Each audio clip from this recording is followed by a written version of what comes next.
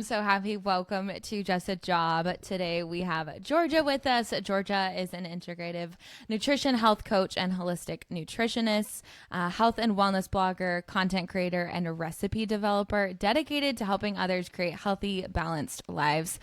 She takes a holistic approach to developing and maintaining healthy habits and helps her clients and community activate fulfilling, happy life in mind, body, and spirit. Welcome, Georgia. Thank you. I'm so excited to be here. Thank y'all for having me. Yes, Absolutely. I'm fangirling. I said this a little bit, but I'm fangirling. I first met you, Georgia. I don't even know how to say that. On I think it was March of 2020. I think a lot of people. Yeah. This is when I first started to see you, and it was a connection. I think it was a friend of your sister's that I happened to know because Ellen and I Yes. both are from Kansas City. And Right. found you, and you had your sculpt classes. And at the time, I was going to a similar studio in Kansas City that was not doing in Right. person. And I was doing your sculpt workouts in my 500 square foot apartment with my now husband. Same. And yeah, weren't we all? And Were we all? I just remember following you because you had so much, not only beyond the sculpt classes, but I just really loved your content, your authenticity. And I really loved especially learning more about your story of how you started Goodness with G. So before we get into that, take us back to, we always like to start with the very beginning, Yes. where you were raised, growing up, what you wanted to be when you grew up, and then a little bit into your kind of early career journey. Yeah. Well, first of all, I'm so glad that you found me through Sculpts classes. It's been a minute since I've done one, but that's kind of a totally different topic. But yeah, I grew up in Kansas City, like you guys said too, but in like Leawood, sort of like a suburb of Kansas City. But then I went to college in North Carolina. I went to Wake Forest University. From there, moved to Austin, where we were for like almost 5 years, and then just moved this past February to Florida. So been a little bit of a change, just life-wise. But I love that you asked the question what you wanted to be when you were a kid, which has nothing to do with what I do now. But Yeah. when I was a kid, I really wanted to be a veterinarian, like so many Oh, children. mm-hmm. Probably because I was so into dogs and like still am like that dog girl. Like I just love Yeah. dogs. Dog Who girls. No doesn't? Or shame. if you No do, shame. if you don't, I don't know if we can be friends. Right. But like so many children, my parents would like bring me to our dogs like vet appointments, and I was like, this is what I want to do. I want to be a vet. And then very quickly learned that I was like, I'm terrible at math and science, and I could never make it. So pivoted. But yeah, I mean, I guess just in school and stuff like that, I was always much more of like a writing, English, history, like all that kind of stuff were much more my strengths. But um, in school, I studied communications. That was my major, minored in psychology and entrepreneurship, which like at that time, I had absolutely no idea what I wanted to do. It was really, I guess, kind of late high school, college. I started really having a bigger interest in health, nutrition, whatever. And in retrospect, I absolutely could have gone down more of the like nutrition science route. But again, I don't think it ever really played into my skill set per se. And like the classes are, it's organic chemistry and it's that kind of stuff. And that was not necessarily what I Boo. was good at, Yeah. but yet I still was really interested in nutrition. And I think now looking back, I'm like, it all has come so perfectly full circle and that I'm able to do now what I'm a health coach, I'm a nutritionist, have a health and wellness like platform, whatever. So it kind of blends, I guess, my strengths of like communications, entrepreneurship, psychology, like things I studied and like, writing, those sort of things that I really like and enjoy with the nutrition health aspect, but maybe not in such a like scientific way per se. But that's not like right out of college, I did not do what I'm doing now. So it took a little minute to like get here. So maybe that's a good like segue into what I did like out of college, which was Yeah, let's hear Yeah. it. being The being a first job. the first job. I was a technical recruiter for an IT staffing firm, which I absolutely hated, and I literally was That miserable. sounds like as It corporate was as you could terrible. possibly be. No, it was actually laughably corporate. And there's nothing wrong with like this company. I had a lot of, obviously I became friendly with a lot of my coworkers, and there were Mhm. some people that like lived and breathed for this and like thought it was the best thing ever. Really enjoyed like the corporate hierarchy of like, achieving certain milestones, and they have incentives and whatever, and people do really well. Like, it's not a bad place to Mhm. work. It just was not what I wanted to do to begin Yeah. with. Like even Mhm. starting that job, I was like, I don't want this job. I'm doing this because I Have to. need a job Yeah. Yeah. and I'm just graduated college, and like my parents are like, what are we doing? So, you know, I know everyone would be like, it was the most terrible place to work. Like it wasn't. It was super corporate. It didn't like my skills did not thrive in that environment per se, but Yeah.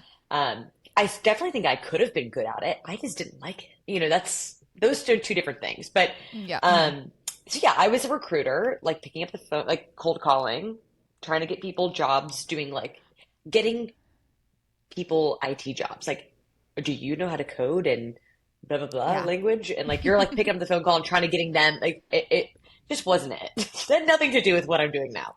Um, Yeah. but a good learning lesson nonetheless. What was that Ugh. transition like Which then, being in college and like enjoying your major, enjoying the classes that you're going to, having a more flexible schedule, and then going yeah. into this like super structured, rigid corporate environment that Yeah. you weren't maybe so passionate about? It was really tough. I think about this a lot. Like there is so little conversation. People don't talk about the transition from like college to your first job that much. Like how that is a Absolutely. very challenging transition for a lot of people. I feel like, I don't know if you guys had this experience or not, but you know, the transition from like high school to college, like people talked a lot about that maybe, but then Mhm. afterwards sort of like, all right, you're on your own now. Like I didn't think that I was really prepared. One, because I didn't really know what I wanted to do, so that was a little bit of Mhm. like an anxiety cloud amongst everything. But it was a very tough transition, and it was a like you had to be in the office by 7:40, and I was also so I'm waking up at 5 to go run on the treadmill, and then shower and put on my heels because you couldn't wear flats, and putting on my like Stop. bu business formal attire, and hating my life, You're and like, Mama, you know. Mama, I made it. Like, this is Yeah, what I was I like, wanted. this is the dream. I went to like I slaved away, like really trying hard in college and like to get good grades and like be a high achiever to like have this job that I was like, so I do this for the next what, 40 years and then I Like, like retire? Like I don't get it. yeah. That's what's the point? Um, so yeah, that was tough. And I think, I at that time too was struggling with a lot of like just anxiety in general and like, not knowing what I wanted to do with my life. There was a lot of other ways like I tried to compensate with that bigger bubble of anxiety, like over exercising and probably having a little bit of an eating disorder and like just trying to find other ways to control what I felt like was this uncontrollable life of like hating my job, not knowing what I wanted to do, moving to a new city, like all this stuff. And um, so there's just a lot, I think, of anxiety in general. But I think figuring out that that was like a just it wasn't really that environment that was toxic. It was just being in this space and spending my time doing things that didn't fill me up and was not supportive of like the kind of life I wanted to have. Making that transition out of that job and like pursuing things that really brought me joy and like helped every other aspect of my life feel less anxious, toxic, overwhelmed. You know what I mean? Out So of control. Yeah. out of control. Yeah. Yeah, you make such a good point because I remember immediately after school, and Ellen and I became friends at the time when our now husbands were in PT school. So it was very much like Okay. our husbands had this linear path.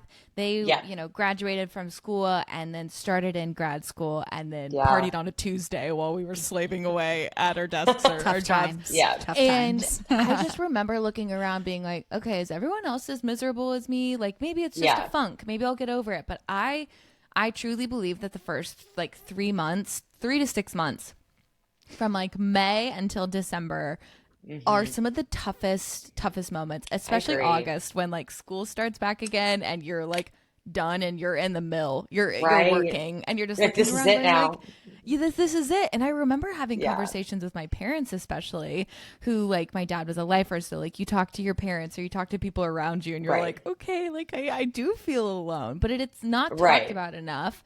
And thankfully now I think that there's more conversation and more dialogue, because truthfully, I think everybody was just like, head in the clouds, this is great. And then meanwhile, they're Right. internally just suffering. But Right. I don't Well, I know. think It's that's not so something that true. you don't want Yeah. people to go through that. It's not fun. It's not comfortable. No.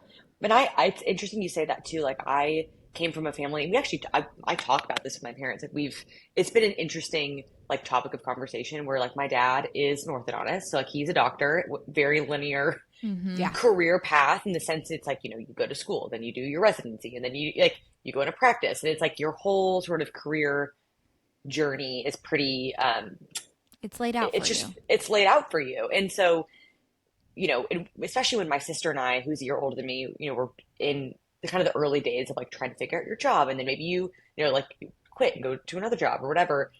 My dad or my parents in general would be like, we feel so badly that we kind of can't help you, because like we never really went through that, and like Yeah. that's challenging. Like, being in like the business world is so different than being in, like, the medical world, where again, you kind of know what the next 40 years of your life will look like. Whereas, it is a blessing and a curse doing something that's a little bit different, because like, on one hand, the world is your oyster and you can do a lot of things. Like, you don't have to do one thing for the rest of your life. Like, your skill set is malleable and you can apply that in a lot of different places. But on the other hand, for someone who likes control and has anxiety, you're like, this sucks. I hate this and I don't know what I'm doing. And this is terrible. But Yeah. so you have to, it's taken me some time to like lean into the, like, there's a lot of opportunity. It's okay to not have it all figured out. Like, the amount of growth that's occurred over the last 5, 6 years has been way more than even throughout college and things like that prior.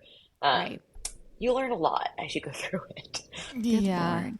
Well, and Yeah. like there's so much pressure to know what you want to do for the rest of your life. Yeah. I mean, Yeah. example A, our first question, that's like, they ask you that as a prompt in kindergarten or first grade, Right, whenever you're it like, is, I when don't you're know. learning how to read. And I'm like, I'm Right. 4. I want to go play with my friends. I don't know. Well, Yeah. and then like going into college, I mean, I wanted to be an athletic trainer, which it's so even funny to me saying that out loud now. Like, what?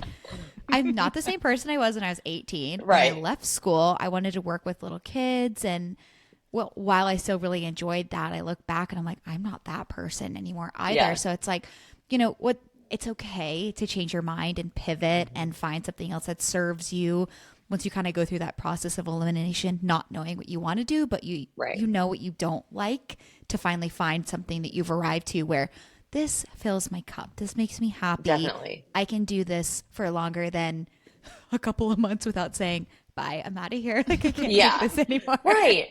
Right. And I think there's such a difference between like finding what it is that really lights you up and like having challenges and, Right. being like, okay, I'm going to pivot, or like, I tried this thing, it didn't work out. I'm going to shift it into this. Like, there's a difference between that and, to your point, like getting a job. You're like, no, I hate this so much. Like, I'm going to quit. Like, I don't want to do this at all, So I think that for me personally, and probably a lot of people have had this similar experience, but like getting into that first job out of college and really hating it, a lot of it was like the internal battle between me being like, am I a failure for saying I hate this? Like, is it bad if I quit? What will other people think? Like, will people think that I'm not like tough enough to like get up and work a corporate job? And I think I had to kind of come to terms with the fact that I'm like, it's not some sort of victory to stay in a job that you hate, like, Right. am I staying here just because I feel that it's a failure that I don't stay here? Well, that's not a reason to work here, Like, Right. I should Like, work here because I living want to work here. here. Right. Yeah. And you're So it's just 22. interesting. You're 22 and you're like a little Right. baby and you're just like fresh into the world, and there's so much like personal life Yeah. challenges that head your way too. Yeah. You're not in school, you're off on your own, and then there's that fear, that like rejection. And truthfully, nobody gives a shit. Like, they're not paying No. attention to you, No. But No. okay, so then Like, no one you cares don't like if you quit your job. no. If anything, they're more excited that you're going to stop complaining. Like, Probably. I know my family was. I know my now husband was. He's like, if I have to listen to you cry one more night, I can't. I'm just like, I know. I know, mean, and it's bad. yeah, it's especially hard too when you look around and there are people and you're very thankful and you're happy for them and they're really enjoying what they do, Yeah. but it only emphasizes how much you're not in a good You hate place. you. Yeah. Yes. Yeah. True. Very true. Okay, so you don't like your first job. What's the next move? What eventually was like pushing or pulling you Yeah. out? I mean, I think it had been so many months of, again, crying every night, hating my life, like trying to figure out what I wanted to do. Um, well, trying to figure out what I wanted to do and also like trying to be good at what I was doing too. Like I didn't want to show up, meanwhile, be at work and not being, giving it effort. Like that's just not who I am. And of course, I'm like, I want to perform and do well. So anyway, I was doing this job as well as I could, but internally withering away. But it kind of got to a crux with like, one, I was sort of like, do I need my parents' approval to quit my job? Kind of like at that point, again, you're 22, you're like, is that cool? Because like, I'm gonna need you to help me pay my rent because like I live in. Anyway, so there's that whole dynamic, but I basically my parents knew how miserable I was, and they were like, "We don't care what you do. Like, we know this is not forever, but like, you have to have a plan. You're not going to just let you obviously sit around, which I wouldn't have done anyway, but I respect that." So I actually quit and went back to graduate school. It stayed in Austin for my MBA at St. Edward's University, which is like a small private school in Austin, because I loved living there. Like, I wasn't going to move. I wanted to be there. But that at that point, I think really, one, I was like, well, I loved being a student. I would go to school forever. Like I really enjoyed school a lot. So I was like, not a bad Good for you. Education's never wasted. Let's go back to school. Slash, I think at that point I thought, okay, I spent my entire senior year of college, like applying to health and wellness, like companies in Austin, Whole Foods, Outdoor Voices, Chameleon Coffee, like all these different places. I'm like, I don't know, but I want to work in the health and wellness space, food space, something like that. Austin was a really good place for that. But what I very quickly learned is that places like that are like, okay, well, you're looking for someone with 5 years experience, or, like they're not taking right out of college, you've never had a real job type of kids. And so my thinking at that time was like, okay, I'm going to go back to school. I'll get my MBA. That will be the like experience that I need the fix to then get a job at a place like Whole Foods. A stepping stone. Yeah. A stepping stone, which in retrospect probably could have done that. But through that like back to school MBA journey, I think the biggest takeaway was, I mean, obviously, again, you learn a lot of good stuff, like education is never wasted. But I think at that time that's when I also, because I had more like quote unquote free time, like my schedule was more flexible to like start my blog, and I got my teacher certification at Core Power. I was like, I need to do some things that bring some joy back into my life. Like I'm feeling very lost, not just professionally, but kind of personally too. Like what are some things that that sort of scratch that itch to be in the wellness space and also just bring me joy and kind of help some personal growth. Teaching, something that was very uncomfortable and kind of out of my comfort zone, but was something I really enjoyed, which was like Core Power, yoga, whatever. Writing, blogging, like creating recipes, things like that. Just sort of dabbling in that space, really just for fun. But I think doing, school and that together at that time, I sort of quickly learned, I'm like, maybe it's not that I just don't want to be like working at a tech company. In part of me, I thought, okay, a place like Whole Foods would have everything. It'd be perfect. It's like the perfect job of like for the wellness food minded person. But I think what I quickly realized is I'm like, I just don't think I want to be in the corporate world. I think that's really doing some introspection. I'm like, I like my freedom. I'm a pretty independent person. I am a pretty self-motivated person. And I think what I need to do is be my own boss and like create my own thing. And somehow that's sort of, I think what that time taught me was, I don't necessarily want to get my MBA to then go like apply for corporate jobs in a different area, like the health and wellness space. It was, I don't think I really want to work for anyone else, period. So if nothing else, that was a great learning experience. And that being said, that's kind of what led me into like getting my health coaching certification, coaching full time, like actually doing my blog full time and things like that. Um, so it was a bit of a ping pong, like disjointed journey, but I mean, isn't everyone's, I guess, to a certain extent. I don't Yeah. know. Yes. I think it's beautiful. I think So it's beautiful. And especially too, to like allow yourself to do those types of things. Cause I'm sure that you've heard a lot of, man, I wish I would have done what you did. Like, I wish they would have had the courage to do what you do. And you're like, I didn't right. do this out of courage. I Well, did this I don't out know. of like Out of complete like out loss of of what my panic. next, Yeah. Yeah. yeah. Right. Yeah. You know, and Of what am I doing with my life? Yeah. yeah, I see a lot of similarities. I same thing, like thought that school was going to be like what would set me apart or like allow me to have these other opportunities, and it Right. absolutely does. Whether it's you continue to pursue the MBA and see where that follows, or like in your Right. case, like see what doors open up and what doors you open up Right. yourself. Right. So Again, yeah, and I think school is a great option. Like I'm always a big proponent. I mean, again, maybe because I loved school and I had a really good experience like being a student, but again, yeah, sometimes it's like you do need that stepping stone to get the better job, to, you know, get to that next level in your career. And to your point, sometimes it's just like who do you connect with, who do you meet with that starts something else? Like it's never a bad or wasted experience. But I also think too, for me, it was just like I needed to do something, and school felt like a really natural way to like fill that space because like I wouldn't have been any happier leaving that job and going to another job. I right. think that's, you know, at first I'm like, okay, I got to quit this job because I'm so miserable. Like, what else can I go do? And I was like, I don't know if I'm gonna be any happy anywhere else. Like, Mhm. what I needed like a change and just I think a lot of time to like grow up a little bit and figure out what I wanted to do because I I do think I graduated college with like a great education. I love the school I went to, but I really lacked like the maybe it was just getting knowing myself and like how to apply my skill set. Um, Mhm. so I don't know. I think everyone Yeah, needs like a life coach in college, yeah. not I was just gonna like a say Yeah. that. career counselor, but like Yeah. therapy, a life coach. I don't know. There Oh my needs to be like gosh. for sure like approved two years of gap Yeah, year where like it's almost like an just figure it advanced out. internship where like you're still working but Yeah, it's not full time, so you can at least yeah, transition into it. Because I mean Like a Ellen, you halfway basically, job. yeah, you, yeah. halfway job, like you I were done love with that. school on a Saturday and then you started work on Monday, so it's like you literally I Oh, had can't believe I did that. 24 hours. 24 Talk so hours about to figure it like brutal. out. a learning moment. Like if like looking back, I wish I could just shake that girl and be like, what on earth are you doing? Take a week at least. I mean, Yeah, Jesus Christ. like what's the rush?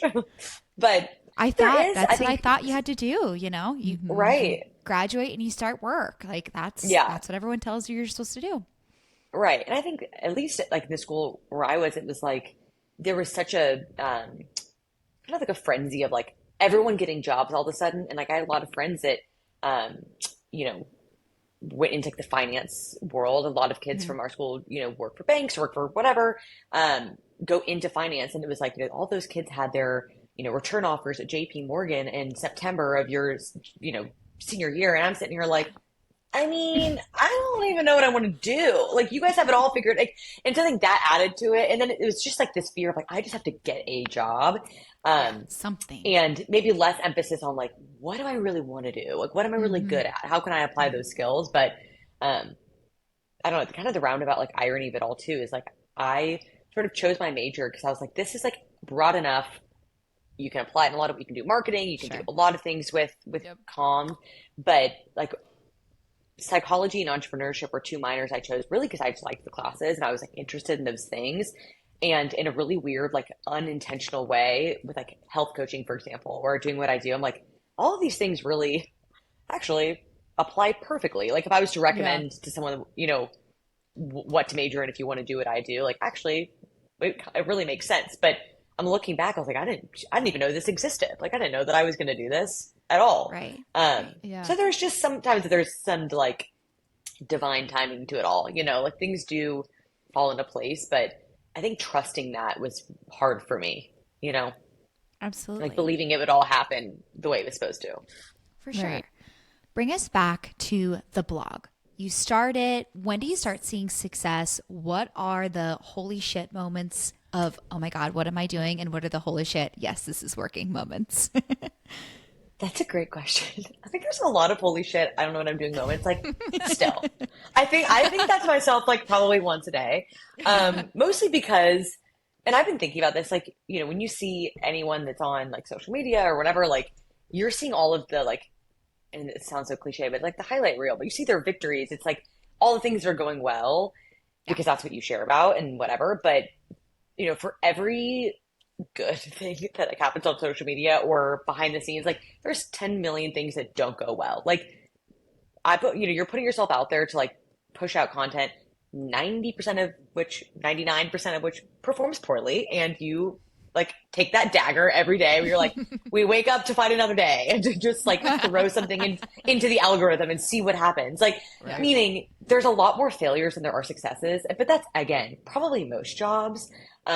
But I think it's easy, I think from an outside perspective, like I'm a consumer of people's content too. I follow other people, whatever. And it's easy to think like, God, they got it all figured out, whether it's for their business, whether it's in their life or whatever. But like for all those little moments that sure those things are going well, like there's a lot of stuff that's a daily struggle. Just not a lot of that stuff is like things you don't get. I don't get in my stories enough to like talk about like the list of things that are not going well that day because no one wants to hear about that. And I also don't really want to be harping on that, Yeah. because everyone else has a million things that aren't going their way too. So, Yeah.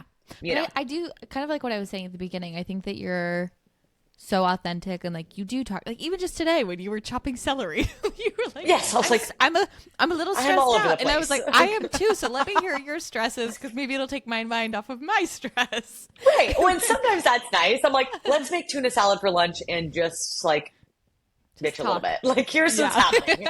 And that's good too. I think to your point, like getting a little glimpse into that is refreshing because that's not what you always see all the time. But in some ways too, I also think that like having this platform and like doing what I do, it has forced me, I think, to be a little bit more positive and like think about how I want to show up because that's authentically, I want to be a person that people are like, she's good vibes. Like that brings good energy. And so it actually kind of gets me out of that funk sometimes when I'm not feeling that way.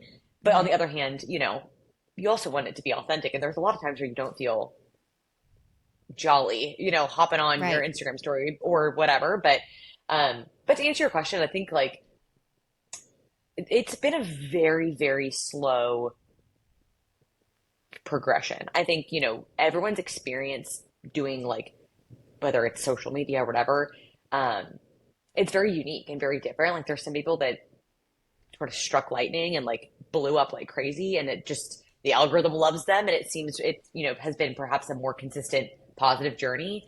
Mine has been like it's like the tortoise and the hare. Like it's been constantly just like chugging along little by little. And actually, I think I've really come to be very grateful for that because, it's created, I have to be consistent with how I show up and I've built more of a community, perhaps. Like it's built a stronger foundation of people that maybe have been around for longer. I don't know.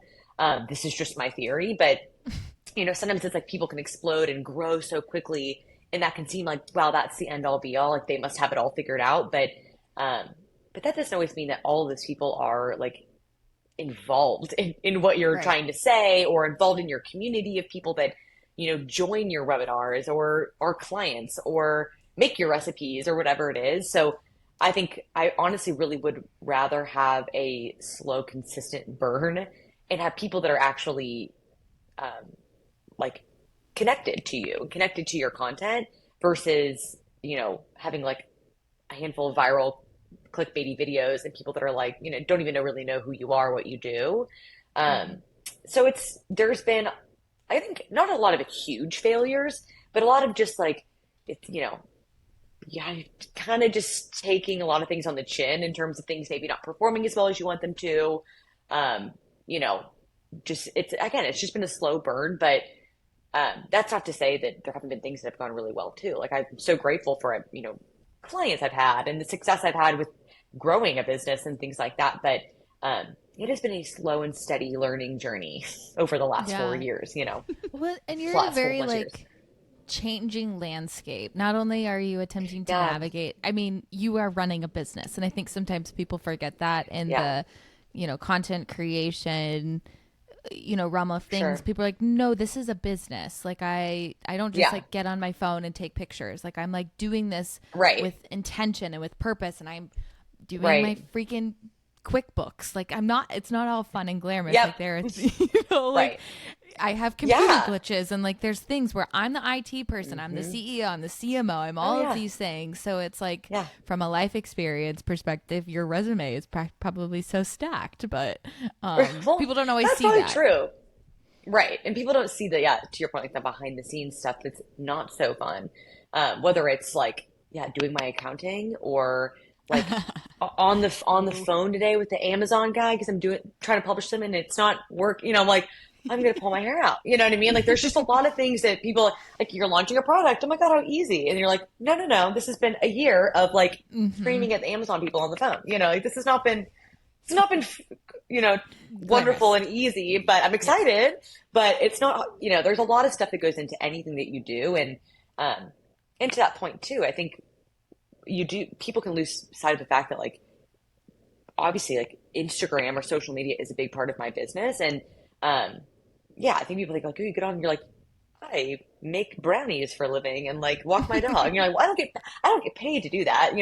90% of the stuff I put out, I do for free because I'm wanting to provide, content and helpful things for people. But on the other hand, you also do, because I'm able to make an income from other aspects of my business and from some things on social media, I can provide all the other stuff for free. But unless you're in the space, like you guys know, it's like, it's people just wouldn't know that necessarily or clue into why you're doing what you're doing.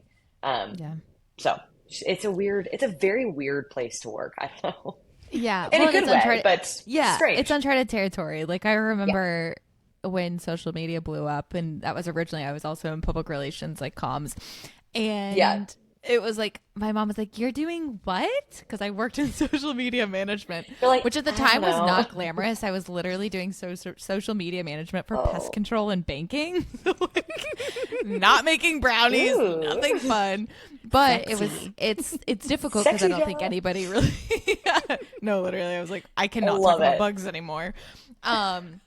Okay, so I want to ask, like, as far as advice goes, so, like, say somebody was across the room from you and they were asking, like, would you encourage somebody to get into your field? Like, what are things that you would tell somebody that was wanting to pursue what you're pursuing? Not only content creation, but also, like, nutrition coaching, the whole gamut. I mean, there is so many things. I mean, again, I think I've learned so much in so many ways doing not just like educationally, like the value I provide for like clients in terms of like nutrition and things like that. Like that's one aspect, but the like social media is a whole other aspect. And there's like the business aspect, there's so many, and all these things kind of mesh together. And there's going to be some things that some people are better at than others. Like some people are going to be really, really strong in like the nutrition education, but like have no idea how to, negotiate contracts with brands and things like that. So it's like, maybe it's understanding what am I good at and where can I maybe ask for some help and hire a virtual assistant or get a manager or things like that. Like I don't actually have either of those things, but I have a lot of friends and people in the space that are like, I'm terrible at doing X, Y, Z, and I am not going to do it myself. So I'm going to hire someone to do it or hire someone to edit my videos on YouTube or do whatever saves you time and is not the best use of your skill set, perhaps. But I think in a more general sense, this sounds so silly because like, again, we're talking about social media and like what I'm doing is I'm not, like solving world hunger over here. Like I'm helping people live a healthier life. I'm sharing a healthy pumpkin brownie recipe. Like we all keeping it in perspective, but you do have to be kind of a resilient person to actually do this for a living. I think it's very easy for people to think like, oh my gosh, I'm going to build a brand on social media. Like I'm going to go do that. And then they get into it and are like, okay, this is actually a lot of work. And like, I don't have time to create content all the time and keep up with all these different aspects. And I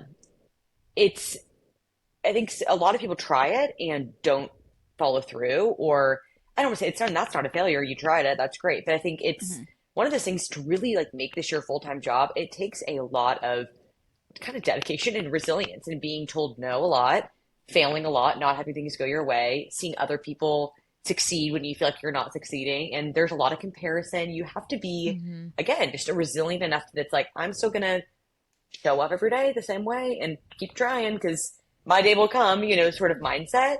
And really be excited about what you're doing. Like, I'm not like, oh, I'm just slugging through, throwing out recipes and stuff because I feel like I have to. Like, I actually really enjoy talking about these things and like it's what I'm passionate about. So it doesn't feel like it's this thing I have to like power through. But I think some people, will create accounts or whatever and kind of quickly realize either maybe I'm just not that into this enough to have like a ton of ideas to create content all the time, or I'm not getting the kind of constant positive reinforcement that I think I would perhaps. So I'm out.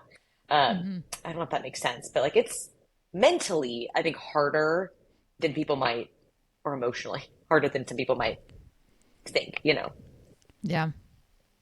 Yeah. Well, I feel like, oh, go ahead. Go ahead. Jinx. No, you go ahead. No, you go. No, you go. Well, and we've been talking about successes and failures a lot. And I want to know from your perspective what your definition of success is, whether it's financially driven, metric driven, emotionally driven, like what drives you and what constitutes something as successful for you. Again, I really love that question. And I think this past like couple of years, I feel like I've really had to kind of define for myself like what success looks like. Yeah. Because again, I think when you're in a space where there's a lot of people are doing a lot of things, and again, this could be true in any career, job, whatever, but this person over here is launching a course and this person over here is doing XYZ. And you feel like, oh God, I have to do all these things to keep up because that's what everyone else is doing. And I think I've learned through dabbling in some stuff, trying some things, maybe because I felt obligated to do them. Maybe, just sort of taking some time to think about like what do I want to do in this sphere. I've had to do a little like redefinition of like what success looks like to me and understand that just because maybe I'm not doing all the things that everyone else is doing, that doesn't mean I'm a failure and they're more successful. Maybe it's okay that I don't want to do all of the things. And I think, we've had a big life transition too, and like moving states. My husband had a big career shift. And I think, for me this year, it's been like where I feel most successful is being able to kind of hold my own and help like provide for our family in this type of like shifting and, having an expensive rent and all that kind of stuff. Like I've been very grateful that I've been able to provide, I guess, to a certain extent. But I don't sit around and think like, oh my gosh, I'm driven by monetary goals. Like I have to hit this number this year or like that's a failure. That I wouldn't say is my number one driver. I think being able to contribute is a success, if we're talking financially.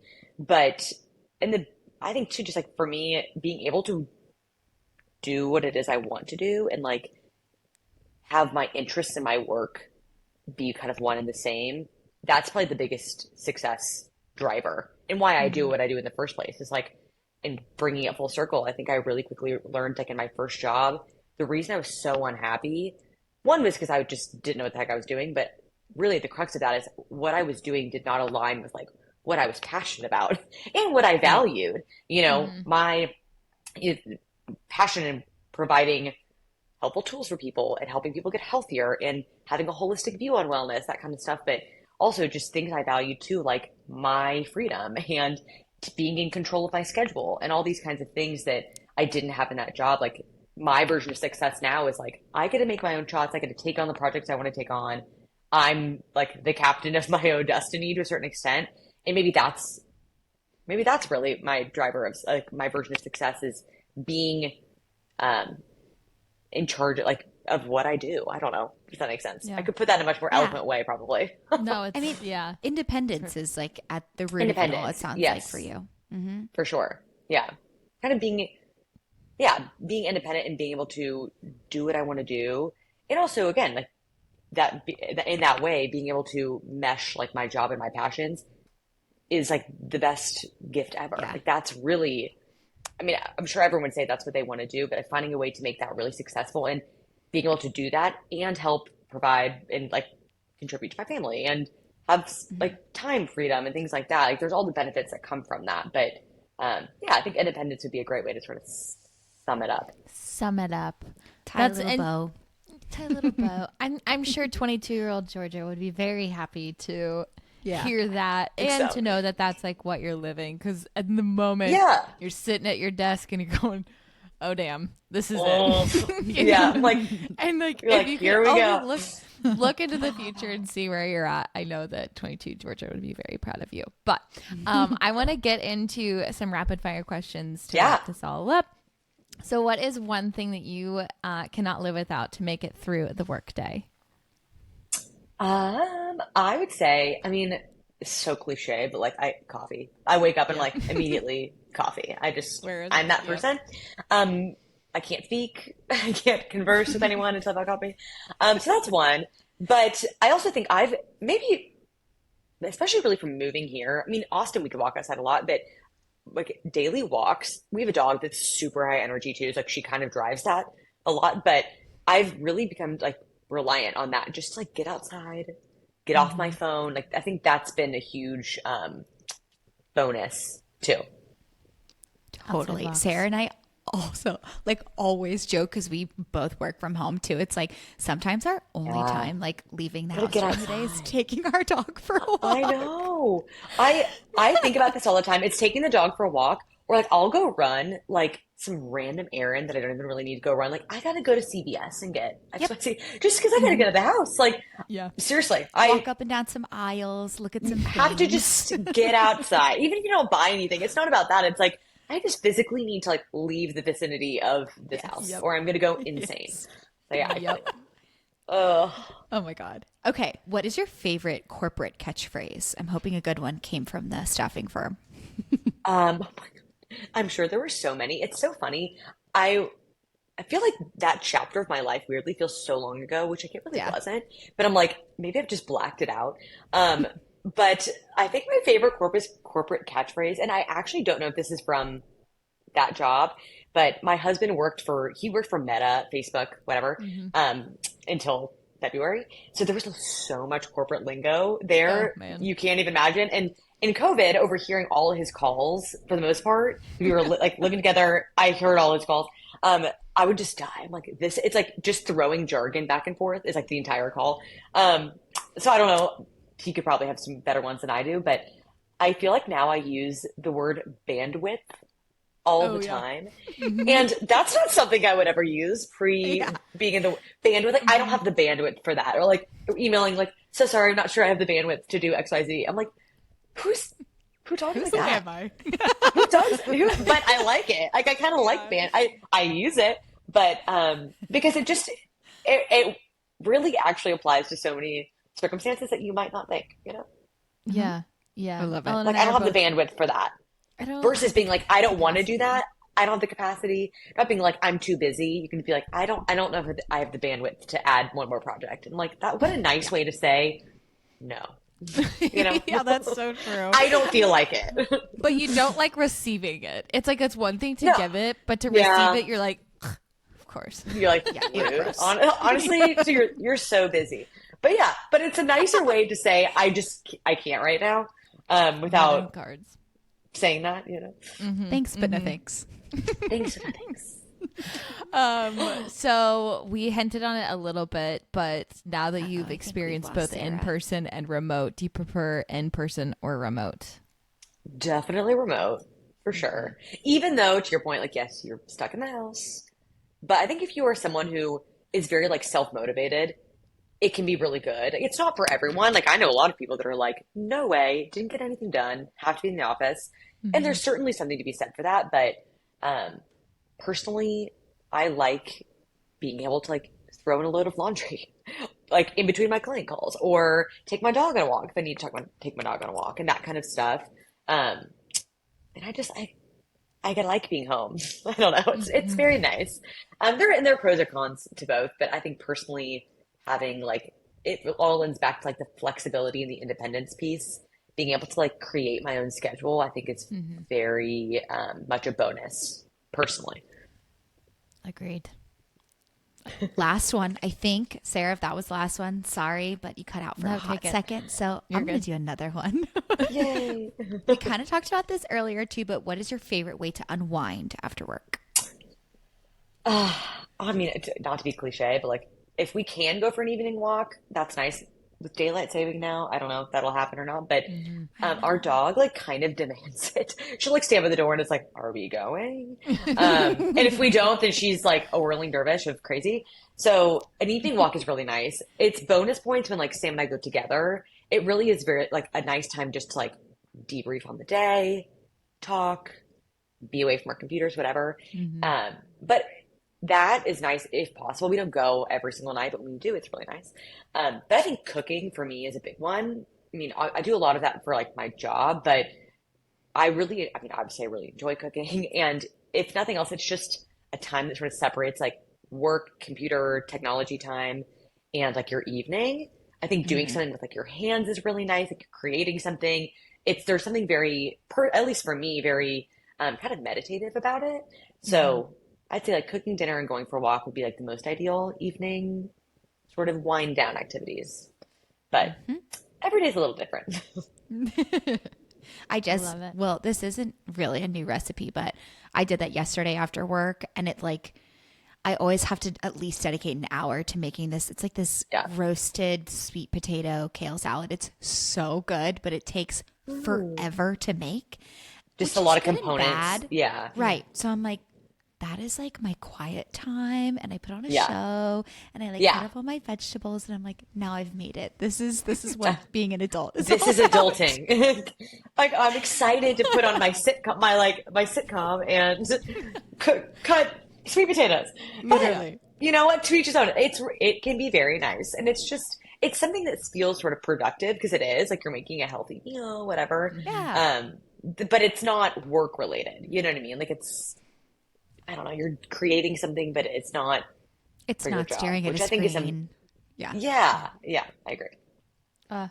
Well, Georgia, I've had a wonderful time. I feel like this has flown by. Yeah. Thank you so much for all of your insight, and we'll include all of Georgia's information in the show notes. So great having you. Thank you guys so much. This is so fun. you.